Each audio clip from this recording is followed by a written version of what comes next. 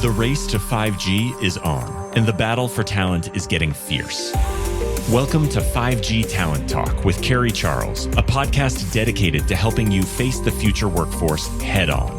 Navigate this challenging talent landscape with innovative strategies to attract, retain, and engage people in this new world of work. Only here on 5G Talent Talk with Carrie Charles, CEO of Broadstaff Talent Solutions. Hello, and thanks so much for joining me today on 5G Talent Talk. I am thrilled to have with me James Childs. He is the Senior Vice President of Spectrum Strategy at GeoLinks. James, thank you so much for joining me today. Thanks, Carrie. It's great to be here and be able to spend a few minutes talking about some things that we're both passionate about. Yes, I'm so excited. Let's get started. Before we get started, I'd like to hear more about how you got where you are today. Yeah, sure. Let's see. So it's actually kind of interesting. I look back sometimes and I think, wow, what a strange trip it's been, right? As that adage so often applies to our life as it rolls out. But I was a behavioral science student at university, and it's still a passion of mine. And I spend some time working on different things within my community that address some of the societal issues that we face, in particular addiction and different aspects of how to help an inmate population kind of return to society. So that might be the focus of another podcast at some point, but it certainly, began my university career. And then out of university, went to work for, big Fortune 100 Novell at the time. And I had a brother. So Novell, obviously people will know Novell, at least historically, from both their acquisition of WordPerfect. So there was this rush to kind of who was going to own the, data processing side of life. And then servers were a big thing for Novell, right? So the Novell NetWare licensing was, and I always joke with people now because they think I was in K through 12 cells, but everybody needed these new, servers and licenses for the ability for servers to communicate. So joke with people now that I was ruined a little bit because it was such an easy sales process. I'd get school district IT people on the phone and they would just say, "Where do I sign?" kind of a thing. And for a young person coming out of university, entering the sales world, that's not necessarily a reflective reality on how difficult sometimes it is to move the needle from a sales and a business development perspective. But anyway, I had a brother working for Microsoft at the time. We would get together on the weekends having barbecues, and we'd both kind of banter between the two of us about who was going to be the, king of technology in the space. And of course, I don't know, some would say I lost that argument, but even more important, those weekend conversations turned into our sort of paying attention to this trend of migration from dial-up to what was then considered broadband, which funny enough was 256K to 500K, and even if you could get a T1 at a megabit, that generally was quite expensive and relatively rare. The telephone companies at the time, kind of were the cutting edge of that migration between dial-up and then what became broadband. And so I think there was an interesting thing going on in the West. And I think a lot of states, Arizona, Nevada, Utah, Colorado, there's quite a few that were dealing with the same challenges. And the challenge was construction was happening at such a frantic pace. And we've gone through a couple of other cycles. This was back in the late 90s, right before the turn of the millennial into the year 2000. But the construction trends were of such that somebody would be building a house, call to get telephone and broadband service and be told that, yes, we'll put you on the list and we think we can get to you sometime 12 to 14 months from now. That was a very typical answer at the time. So my brother and I, we decided, well, let me step back. At work, we had just began deploying some wireless broadband bridges to just move data around from building to building.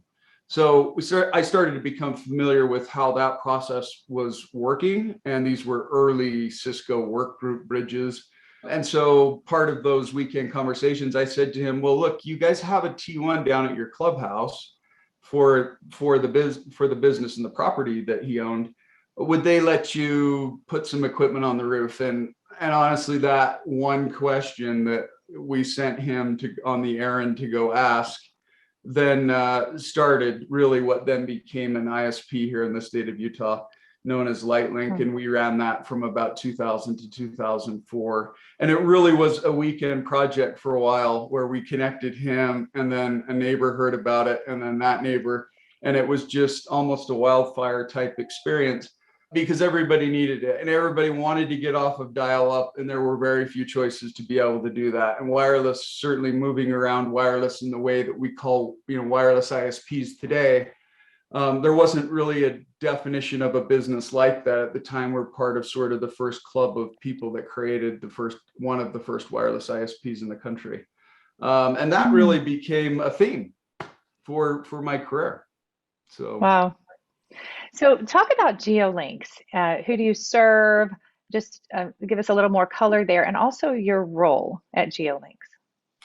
Yeah, sure. So GeoLinks is an enterprise fixed wireless ISP, and our network, we call it our core network, our native network, and I'll mention why we sort of segregate certain parts of our network later.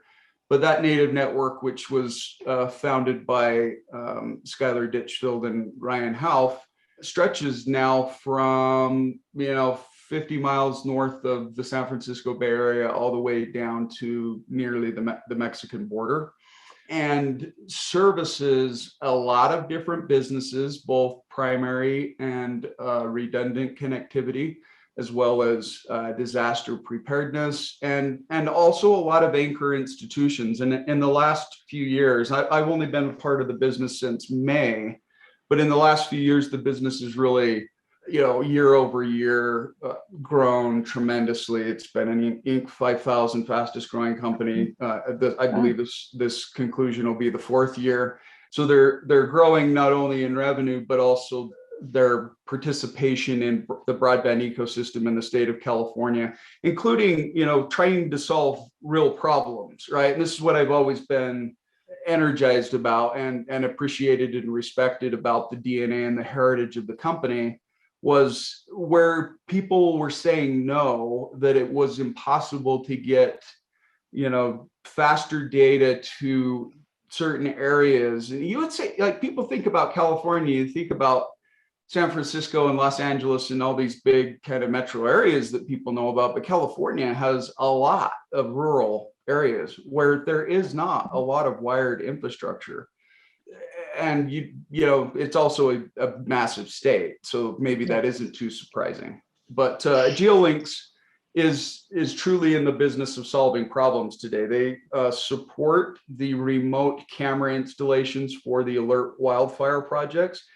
And everybody knows that's become increasingly more important over the last 3 or 4 years. Early detection of wildfire is puts a beneficial angle to being able to respond earlier. So those infrared cameras that are on remote hilltops are some of the things that we provide the transport for. So that's just one of thousands of examples of places that we believe we're making a solid difference in the state of California.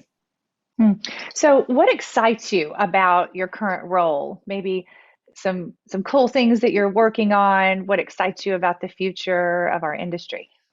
Yeah, sure. So my function for GeoLinks is to manage spectrum assets, and I probably left that out with the earlier question, but GeoLinks was able to successfully negotiate and acquire over 200 markets worth of 29 to 31 gig spectrum. It's called the LMDS bands. The 28 gigahertz band in general, which is what this spectrum falls within that same range. It used to all be part of the LMDS spectrum. And of course, the commission's activities over recent years created what's called the UMFUS bands, which now T-Mobile, Verizon, US Cellular, AT&T, biggest of the big mobile network operators in the country are now utilizing millimeter wave bands for both home fixed wireless access products as well as mobility to handsets. And so GeoLinks, I think, was uniquely in the right place at the right time to negotiate successfully with Verizon and gain access to these spectrum assets, which will allow it, in effect, both in California and Nevada, to continue to build out using licensed spectrum. But also, my passion, to the second part of your question, is to be able to help the organization leverage and utilize these assets for the benefit of many, many other wireless ISPs and other broadband service providers, utilities, especially rural utilities, university healthcare systems, et cetera, that operate all over the country that can benefit from the use of licensed spectrum. And so my specific role within the business is to drive the strategy in which those spectrum assets will be utilized and monetized. So you talk a lot about licensed and unlicensed spectrum. So can you define the two of these and also talk more about the benefits of licensed spectrum? Yeah, sure. So going back to like where the world started in the movement of wireless broadband, we had at the time, and I think people in my generation, I'm going to date myself by, actually I'd be dating myself if I'd be talking about rotary phones, which is what was in my house growing up. But beyond that, just a few years, we came into cordless phones.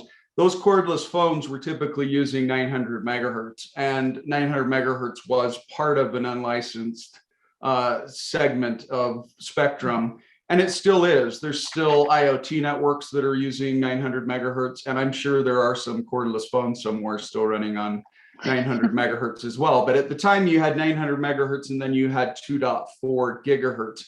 And 2.4 gigahertz, of course, is sort of the mainframe of Wi-Fi. It was where Wi-Fi originated. It was where Wi-Fi's glory days were born from. And even now today, people, I don't know, like it'd probably be a fairly common thing for your listeners to be familiar with Ring, right? The doorbell and the cameras. Right. Strangely enough, most of those technologies where they could use 5 gigahertz or other bands, they choose to use 2.4, partly because the rest of the high bandwidth pack has moved on to 5 gigahertz. But 2.4 also does a lot better of a job with getting through windows and doors and walls. So if you're familiar with Ring and if you're familiar with home Wi-Fi, which I don't know anybody anymore who doesn't have home Wi-Fi, you are using these bands in effect in your house to be able to do what you do when you pick up a phone and you're using Wi-Fi. That's also using those bands. And so unlicensed frequencies have been around for a long time. And we've seen the explosion of Wi-Fi as a transport means and as a connectivity means, right? So I think that the easiest way to describe sort of the spectrum landscape as it's matured is that you see a lot of activity around 2.4 and 5, a lot of commercial devices that utilize those bands. And now, over the last few years, we've had 60 gigahertz that's come up too. And 60 gigahertz is quite familiar now with a lot of people. There's a lot of different broadband systems running at 60 gigahertz. People like Apple are talking about, glass, or Google are talking about glasses that will utilize 60 gigahertz to communicate. Right. I think my kids that wear the headset, the Oculus, I think they call it, right? I believe that it utilizes 60 gigahertz as a transport. So it uses massive channel sizes. It can't move bandwidth as far as some of the other lower bands, but it's still classified as an unlicensed spectrum. And so for me and my role, I get passionate about licensed spectrum, not because I don't appreciate everything that unlicensed spectrum is and does, but because people like me who are in the business of moving bits around in the air need to do so in a protected way at times, because my business model and that which I'm passionate about helping others build requires the transport of data from point A to point B. If you use an unlicensed band, which it does work, I'm not saying it doesn't. There's thousands of wireless ISPs in the country that still use unlicensed frequencies for many purposes of providing services. But I've heard lots of stories about in between that point A and B, if somebody puts an HD baby monitor up as an example, it might completely take down the ability for that link that you were trying to sustain to work. And so licensed spectrum starts to remove some of the interference and some of the challenges that are more typical with heavy noise floor, loud sub-6 environments where the more typical unlicensed spectrum sits. So hopefully that's a bit of a description, Carrie, that helps. Yes, absolutely. Let's discuss this concept of the digital divide. Internet everywhere for everyone. In your perspective, or from your perspective, what does this mean to you? Well, I think the definition itself is a statement of reality, that there are lots of places out there that don't have the same set of broadband options at the same price. Although I would say that scenario is dwindling, and it's dwindling for some. Well, actually, let me describe it this way. So significantly rural environments have long been served by what's called the USF program, right? Everybody over time that has ever had a telephone line or bought broadband has paid a small sliver of that bill into what has been traditionally called the USF fund. And so very rural places, oddly enough, oftentimes have really significant fiber to the home networks even, right? I know, and this is quite typical with rural environments out west, that the USF funded telephone companies have long been able to deliver quite solid service. I think the digital equity problem applies less to those significantly rural environments, more so with urban core type scenarios. So I don't necessarily equate digital equity as, if I was terming it, I wouldn't apply it to the presence or the absence of broadband infrastructure. I think that's a small part of it. I would compare it this way. If I have an automobile sitting out in my garage that nobody has ever showed me how to drive it or start it or use it or any of those things, it's going to sit in my garage as an idle, expensive, useless tool, right? But if somebody guides me through the process of how to drive it, how to successfully maintain it, how to utilize it for my benefit so that it can get me to more opportunity, then I'm prepared to be able to utilize the tool in an adequate way. And I think that's more what we mean when at the heart of what we talk about when we say a digital divide or driving for more equity within a digital landscape. So for me personally, I think it's equally as important to have broadband, but then to be able to apply the lessons to how to use broadband. How is that going to help an individual, a family, a community to take advantage of the things that broadband can do if it's utilized properly? Distance education, work from home. I mean, the list is quite long about the things that you can do if you're able to leverage broadband successfully. So that's kind of more of what I think, Carrie, when we talk about that term. I love that perspective because it's not just making something available to someone, but it's also teaching them how to use it and the benefits, all of what it can provide for them. And I think both of those points are so important in this concept. So the infrastructure bill has passed, and let's talk about some updates here. How much of this is going to go to this, bridging the digital divide, as we were talking about? And, what are some challenges that we see ahead with this funding? Yeah, it's good. And it's a loaded question. We could probably spend an entire podcast just talking about the intricacies involved with it, because I don't doubt that government intention is right in regards to solving the problem, but to think about it in terms of if you want an outcome that helps, again, individuals, families, and communities benefit from broadband infrastructure, the total answer is not simply in the cutting of a check, right? That could be a powerful catalyst as part of the recipe that needs to be applied. But I worry simply in a scenario where we're micro-focused about the race to grab as much money or the race to write big checks, if it's not grounded by the proper programs that need to be in place for communities to be able to take advantage of getting their citizens and their community members the kinds of instruction and guidance that really will enable them to move forward successfully in their life. I mean, I think about my own upbringing, my own opportunities. Like, I remember sitting in front of a Commodore PET computer. Again, that probably dates me, but that was sort of in my middle school years. And I remember being fascinated by, being able to type something in and see it. So for me, early on, getting exposed to technology led to an interest that has always remained. We do have computers in the schools today, but the bar which must be set for somebody to take advantage of internet connectivity is more than just sitting them in front of a Commodore PET computer and letting them play Oregon Trail, which a lot of people my age will fondly remember.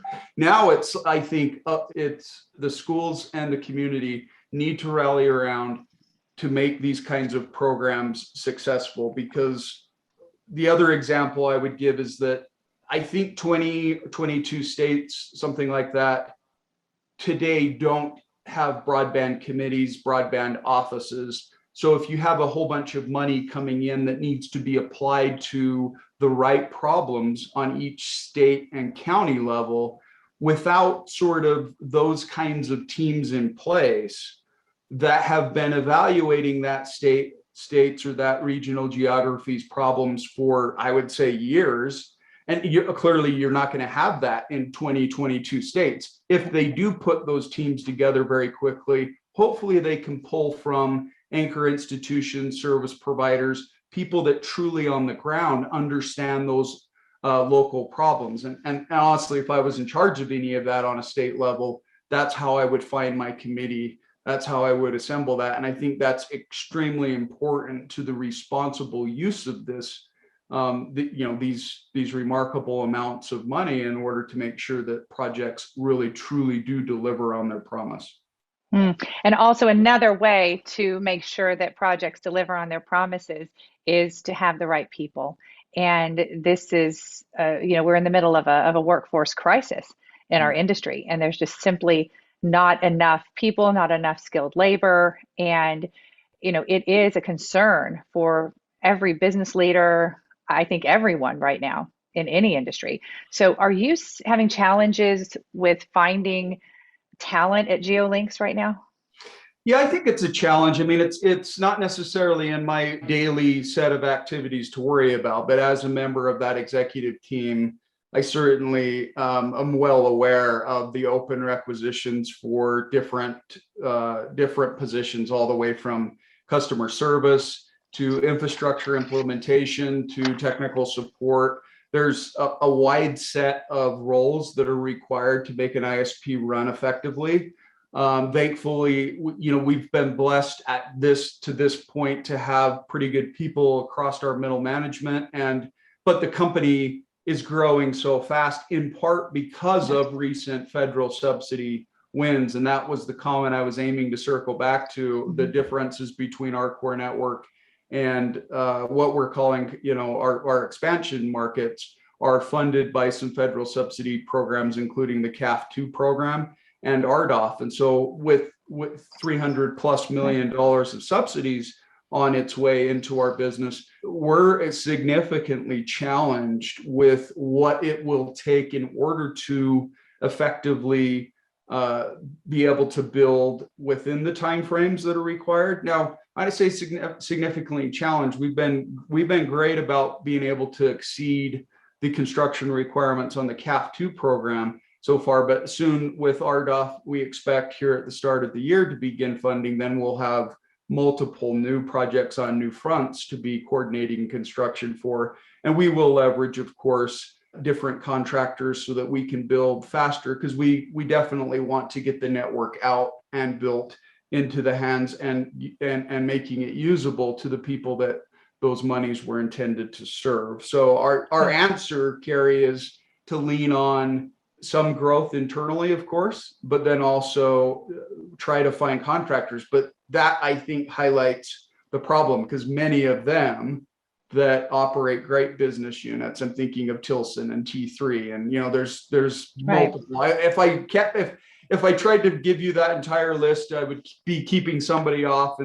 But anyway, there's a lot of really, really good programs out there, but even they are struggling to find qualified people.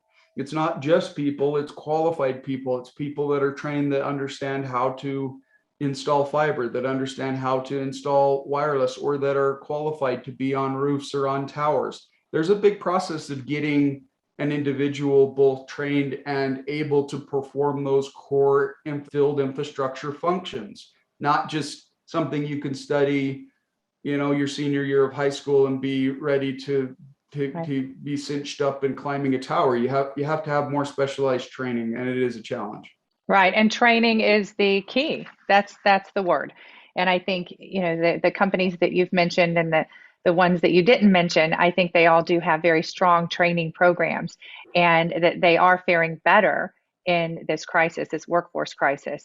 So do you have any final thoughts on what you see trending in the industry, maybe some ways that we can work together to create some solutions to some of our challenges that we're facing? I think on the shortage of people, I hope that problem corrects itself, because some would say that the pandemic, whatnot, the ripples from that created, elements that led into the shortage of both goods and human resource to apply to, the problems that we all face within the broadband industry. And maybe that's accurate, but moving forward, with the injection of so much money through this infrastructure bill and just the native growth, like there's plenty of people that are running service provider business units out there that maybe aren't federally subsidized, but are growing exponentially fast. I can think of a lot of rural utilities that are now deploying fiber as an example of a group of service providers that are growing. So I think that we'll have to continue as an industry to incentivize instruction and incentivize what I think there needs to be more programs, Carrie, on a community college and a technical college level that deals specifically with infrastructure. I've heard a couple of people recently that have talked about sort of lineman school that applies to the electrical utility. We need something like that, because oftentimes they're trying to recruit those people coming out of lineman school that, to incentivize them to possibly look at fiber optics or something that's just tangential to electricity. As we know, broadband's a utility. It's now, I think, unfortunately, sometimes people pay their broadband bill before they'll pay their water and their sewer bill, because it is really that important. And because it's that important, we need to apply our best answers to it. And we're glad, both myself and also our entire team at GeoLinks, to be a part of what we hope is the answer to supplying innovative ways to get connectivity to places that have not been able to be served adequately in the past. And I think the last comment I would make with the climate problems, with the issues in relation to disaster preparedness, I think you're going to see more and more that multiple internet paths are going to be required for especially for key anchor institutions. I don't know about you, I don't want my 911 center to have a single fiber path out of that building. Right. What happens if it gets cut? What happens if an earthquake disrupts it, floods, whatever, right? There needs to be sort of a combination of different transport technologies. And I would put wired in the ground, whether that's coax or fiber or whatever, alongside terrestrial wireless like we supply at GeoLinks, and then potentially LEO stuff, right, within the satellite industry, which is set to explode in its growth over the next few years. So we're sitting now at the start of what I would call the next phase of broadband, where different transport mechanisms are utilized to provide solid enough connections to the most important of our societal institutions. And I'm glad to be a part of that. The next phase of broadband. I love that. And GeoLinks is at the forefront of that. So can you tell me the website for GeoLinks, or where people could go to learn more, or possibly even look at careers? Yeah, sure. So it's just geolinks.com. And I believe we have a careers tab at the bottom, and we'd love to hear from people who are interested in joining our team. We expect we're going to grow by a factor of 2 to 3 times the number of employees we have today over the next 2 to 3 years. So I think we're somewhere around 140 or so employees. So that's, it gives you an idea of what we're targeting as far as our growth pattern. Nice. Well, James, thank you so much for coming on the show today. This has just been fascinating. And I agree with you. We could have talked about any one of these points for hours. So I appreciate your time. Thanks so much. You're welcome. Thank you for having me. Yes. Take care. Thanks.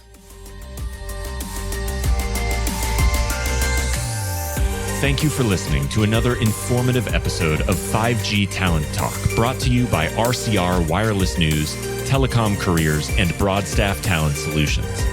As we advance into the future, we promise to bring you the resources you need to navigate this ever-changing landscape of 5G to help you attract, retain, and engage people in this new world of work. To access the show notes or leave a review, visit broadstaffglobal.com. Until next time.